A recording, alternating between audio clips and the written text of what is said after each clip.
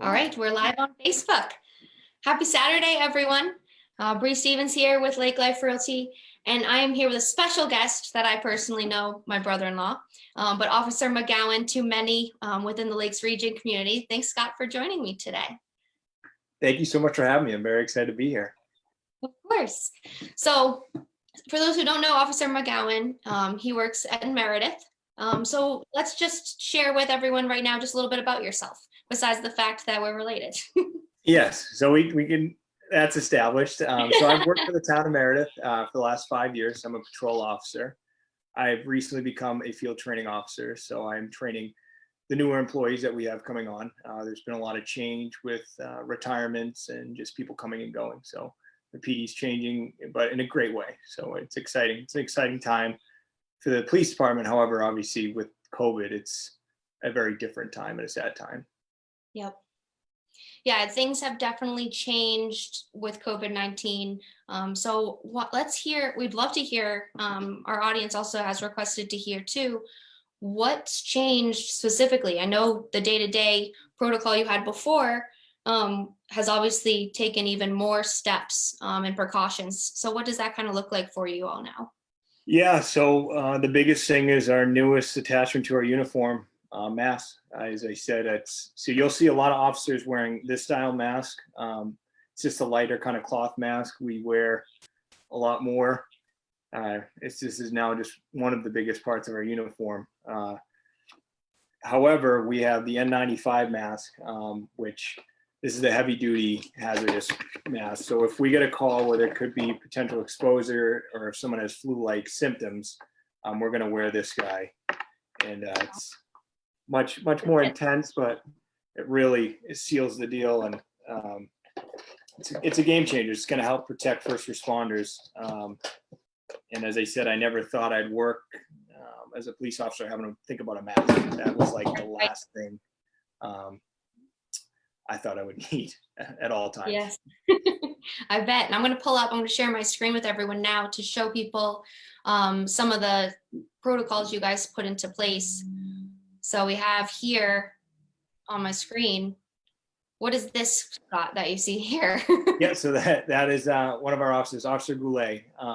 He's got this crazy looking, I don't know what you want to call it, kind of a hazmat thing on top of his head.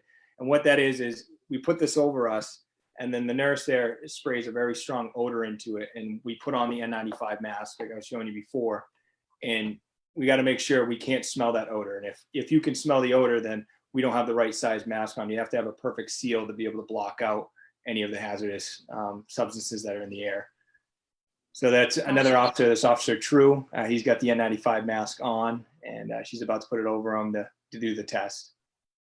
Wow. Yeah, so a lot of different protocols, lots of masks. At least you're staying protected, and you're also keeping everyone else protected too. So to touch on that photo, if you can see it, Officer True is pinching the nose. He's really sealing it up there. And what we want to let people know is, what you notice is a lot of people put the mask on, and then they're always touching their face to readjust it. Try to get it on secure and then leave the mask alone. You're touching things and then you're touching your face. You're kind of defeating the purpose of keeping this stuff going in, getting potentially into your system. So get the mask on secure, leave it alone. Right. Now, is this the protocol? Like, are you driving around with masks on, or how is everything work? Is this just when you do a stop, things like that? So yeah, it's more just when we're engaging with the public. So if we're in a cruiser, typically, so if we have somebody else in the cruiser with us, we have a mask on. But when we're engaging with the public, basically what we're doing, we're having a dispatcher contact the person that has called in to report something, saying, can the officer handle this over the phone? If not, if you need the officer to come out, are you experiencing any flu-like symptoms? Trying to just kind of get a breakdown for us. If they say, yes, I am experiencing flu-like symptoms, or yes, I've been quarantined for the potential exposure of COVID-19, then we're going to gear up and already have the mask ready. And we're asking them if they can just to come outside, and then we're going to practice that social distancing. Everyone's talking about the 6 feet. However, with this job, there's times that you're going to have to get close and you're going to have to go hands on. And that's where we're trying our best to hand sanitize, gloves, the masks. We're cleaning our cruisers frequently through the beginning of our shift to the end of our shift, throughout our shift. We're just trying our best because like somebody's office, you sit at your own station. For us, we share a cruiser. So there's shifts rotating every day, multiple people using their office, which is your cruiser, and there's germs coming and going. So we're doing our best to really try to keep each other safe, to wash down and sanitize everything. Right. Yeah, definitely different. But definitely it's the way we have to keep doing these things. It's for your safety and everyone in the police association, but also for the public too. So I appreciate all the risk you put yourself in too in certain situations. But it sounds like everyone knows exactly what to do and is doing the necessary things they need to keep everyone safe. Yes. So leading into this too, we're all in these times, we're doing things to bring each other together. So I wanted to embarrass Scott a little bit and bring up an awesome gesture that he did. When was this? Maybe a month or so ago now? Yeah, that's when I still have my beard. So yeah, about a month ago. So you read a book. So I'm just going to play a little clip. I won't do the whole Hello, Interlake students. Oh, Hello, Interlake students. I'm Scott McGowan with Meredith PD. I'm going to read you guys a poem today, and it's from When the Sidewalk Ends. The poem that I'm going to read today is Traffic Light.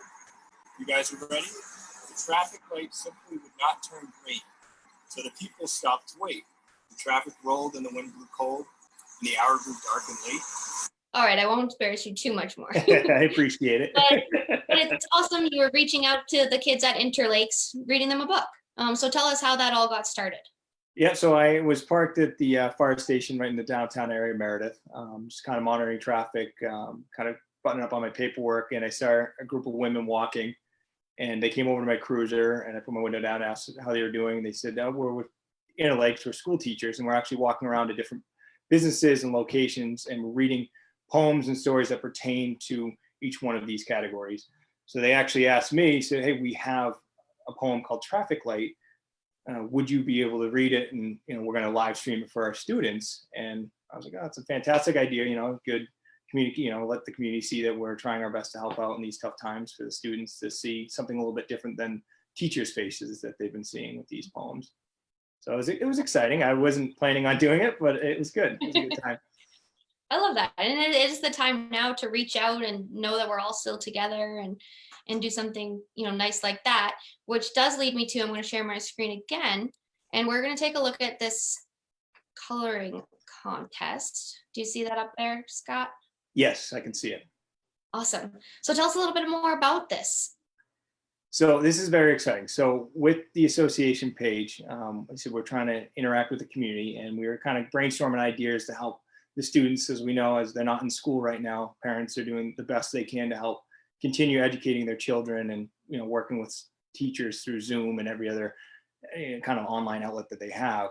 And we said, well, what is kind of being lost right now? And one of the officers was like, yeah, I feel like kids really need to continue to work with creativity. So that's what we were like, oh, let's do an art contest. So by doing so, we said, okay, let's eliminate kind of the older crowd. So let's do 14 and under. Paint, draw, use chalk, whatever it may be. But we wanted to do a theme that what makes you the most happy? Because obviously with COVID-19, it's a tough time for families and for children. Either some understand what's going on, some don't. But we just want to make sure people can still try to find true happiness and just show their creative side. So with that being said, we came up with this art project. These kids have until Friday, May 15th. So we have less than a week away for this contest to end. They submit it. If you go on our association page, there's a link to one of the officers. Just have a guardian or adult take a picture of the artwork or scan it, whatever you must do, and email it to one of the officers that's listed on the link. We're going to review it at the end of the contest. We're going to select 2 winners. The 2 winners will get a $15 gift card from any local business in Meredith that they choose. And then we're going to take the photo or image that they submitted, and we're going to post it on our association page for everybody to see. Awesome. I love that. And they have time. They have till Friday the 15th to submit their artwork, which I think is super fun. It's creative. It's a safe way for, to keep kids entertained. So that's awesome. And I also, when I pulled this up too, it shows an email there. They can email their submissions there too. Sorry, what'd you say? They can submit their emails to the email on this PDF here as well? Yep, yeah, so that's who you want to send it to. And if you have any questions, you can call the police department and just ask for myself, and then I can help direct people either to my email or to the one that's listed below. Awesome. Perfect. So Scott touched on that too, that this is posted on the Meredith Police Association page. Why don't you tell us a little bit more about that page and its initiative and what it's there for? Yes, this is very exciting. We've been working hard to get an association page, but what we want people to understand, it's not the Meredith Police Department page, it's the Meredith Police Association page. So what we want to use this for is like the art contest, to interact with the community, post information on large events like Bike Week, Pond Hockey, 4th of July, maybe traffic pattern updates for alerts, just things that are going on in the community. We do not want people to be reporting crimes on the association page. If you have a crime to report, please call the Meredith Police Department. But this is truly, and it's just only run by the association. So those are officers within the PD that are running this page. So we just want people to understand that. So when you go on Facebook, type in the Meredith Police Association, and you'll get to the right page. If you do Meredith Police Department, I don't know where that's going to bring you, and it's not going to be the right page. So Meredith Police Association, and that's where you'll find all the wonderful things that Bree has shown and my fantastic video of me reading the poem. Perfect. A great community page for people to go to and see what's going on within, the association there. So to wrap things up, I wanted to share my screen one more time with everyone and have you share with us what's happening new just across the street from the police department at the community center. Oh, yes. So this is exciting. So on Thursdays for the next, I believe they said 5 weeks, from 4:30 to 6:30, food will be donated to local families that are in need. You just drive right up. There's volunteers. Everyone's got masks and gloves on, and you can get food for your family. It's all presented through the Alakoya. Fantastic meals. So please come on down, be our guests and enjoy some food for your family. So we know these times are tough, and we're trying to give back as much as we can. So as I said, every Thursday, 4:30, 6:30 until the program ends. Yes, and this just started this past Thursday, so there's many more to come. And it's just a drive-through, pick up your meals. So if you go to, I know I found a bunch of people had posted on Facebook about this, and the setup that they had outside. They'd come, and you just really pick it up, drop it in the trunk, what have you. And it's right at the community center in Meredith. So it's really awesome for the community that, all their donors and Alakoya especially have created this Be Our Guest initiative. Yes. Awesome. That's exciting. Very exciting stuff.